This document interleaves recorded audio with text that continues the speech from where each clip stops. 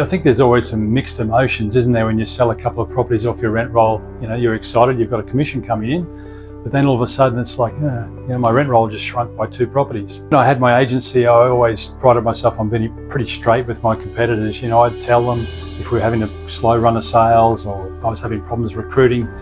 But the one thing I really struggled being fully open with my competitors about was the shrinking of my rent roll. So here's what I can tell you I've discovered since I became a rent roll broker. Every real estate agency loses rental properties. In fact, almost every agency has shrunk over this last 5 or 6 years. And it's interesting when you look at the RTA's bonds data, compared to 6 years ago, there's only about 10,000 more rental homes across the whole state of Queensland.